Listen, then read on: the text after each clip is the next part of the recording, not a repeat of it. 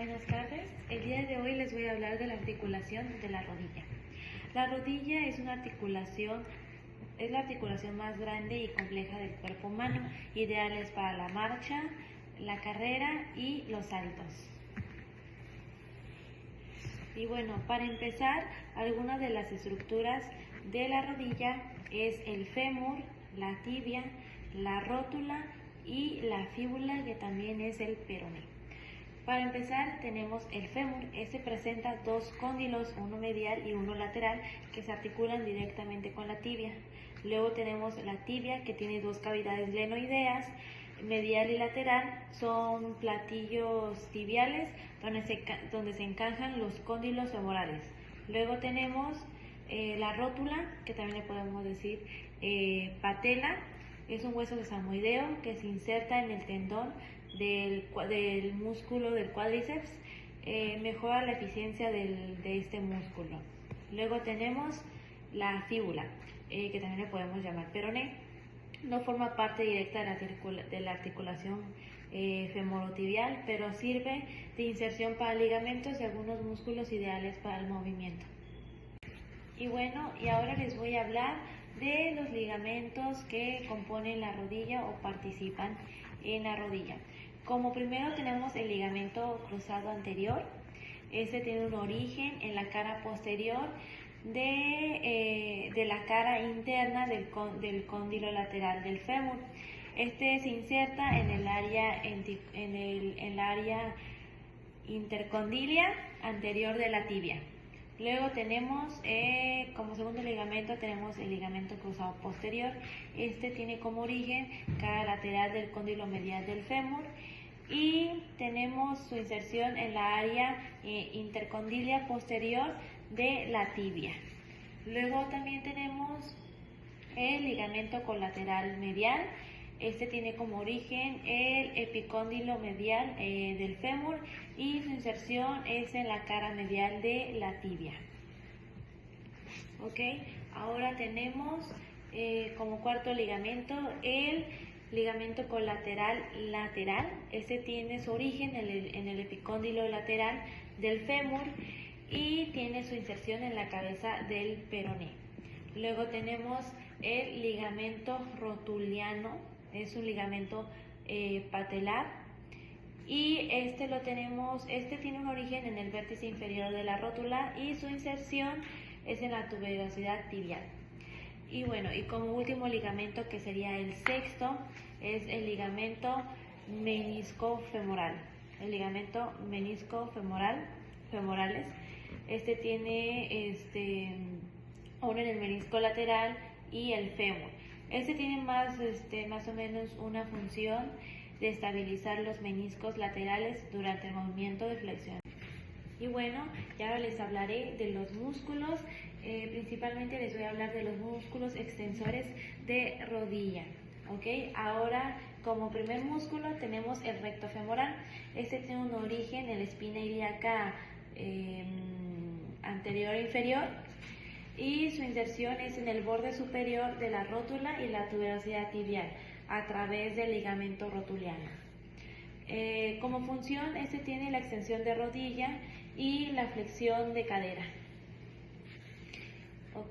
Como segundo músculo tenemos vasto medial. Este tiene un origen en la línea intertrocantérica y en la línea áspera del fémur. Este tiene su inserción en el borde medial de la rótula y tuberosidad de la tibia. Este tiene su función la extensión igual de la rodilla y estabiliza la rótula. Y bueno, como siguiente músculo seguimos en los extensores de rodilla, es el vaso lateral.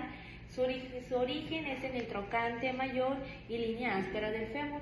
Este tiene su inserción en el borde lateral de la rótula y tuberosidad tibial. Su función principalmente es la extensión de rodilla.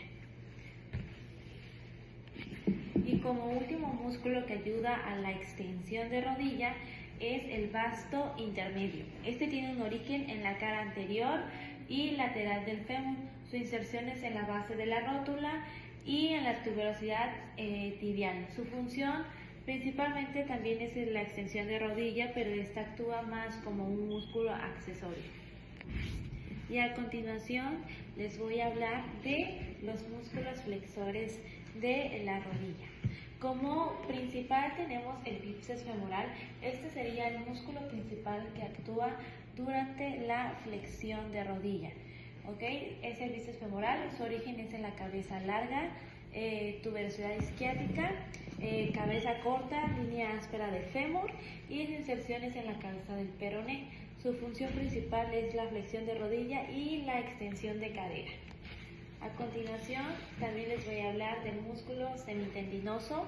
Este tiene un origen en la tuberosidad isquiática y su inserción es en la cara medial de la tibia, de la pata de ganso. Como función, también tiene la flexión de rodilla y la rotación interna, pero hay que recordar que la rotación interna es más como un desliz, no es un movimiento tan preciso como la flexión y extensión de nuestra rodilla.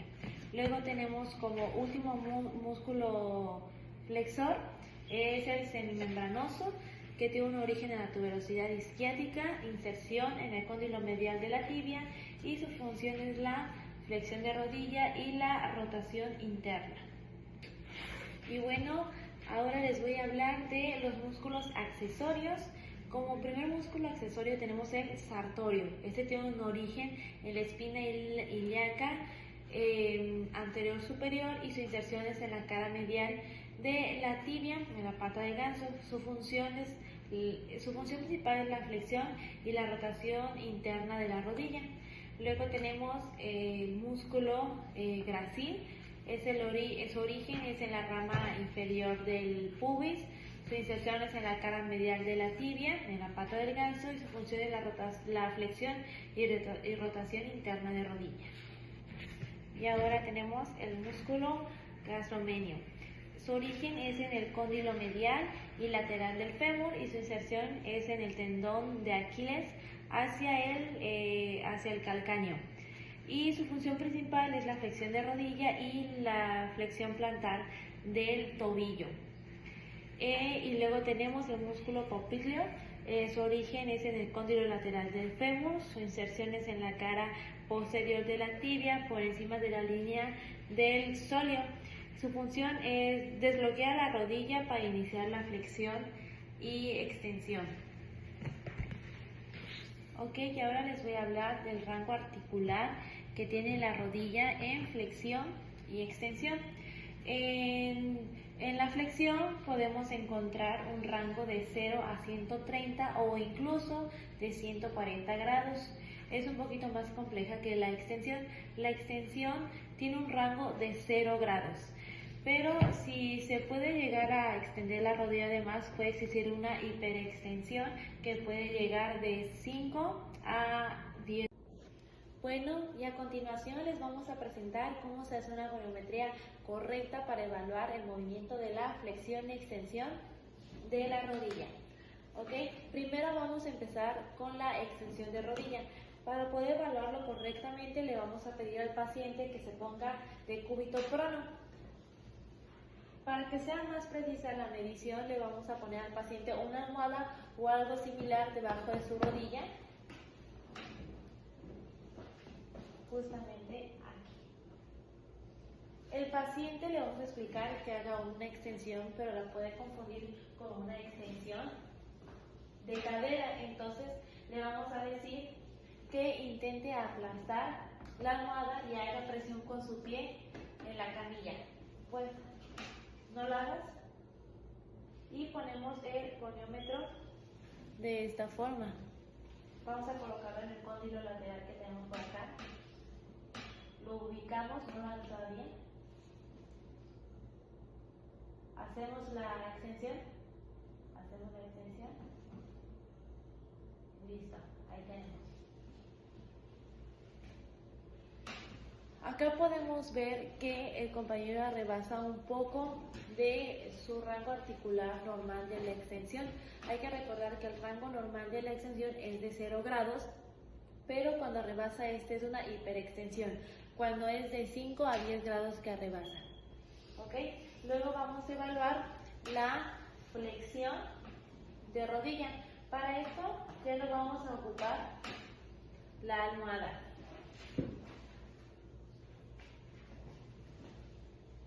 ¿Ok?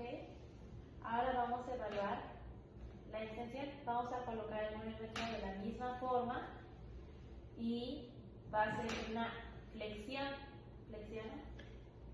Flexiona hasta donde puedas.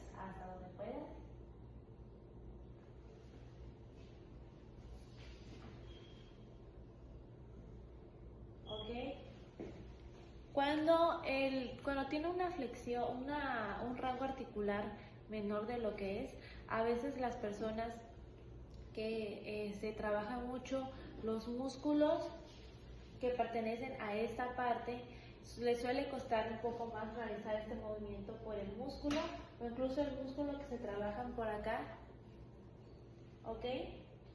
Y hay que recordar que existe una flexión y extensión pasiva y activa. ¿Ok? La activa es cuando el paciente la puede realizar por su propia cuenta, normal. De forma activa, él puede llegar a alcanzar de 130 a 150 grados de rango articular, pero cuando le hacemos una pasiva, la pasiva es cuando él requiere ayuda o el fisioterapeuta ayuda a que ese movimiento se realice más, puede alcanzar un rango articular, la flexión de incluso hasta 160 grados. Aquí lo apoyamos y con el mismo goniómetro, a ver, bajamos. Ayúdame, no necesito más. Ayúdame a hacerlo. Aquí, más. Ya lo hacemos. Ya. Ok. Y sí, efectivamente, tenemos un rango de 150 a 160. Lo podemos ver por acá. Y así es como se evalúa correctamente los movimientos. Esta información se sacó en el libro de anatomía funcional principiantes para fisioterapeutas y después se sacó en Campanji también durante nuestra clase.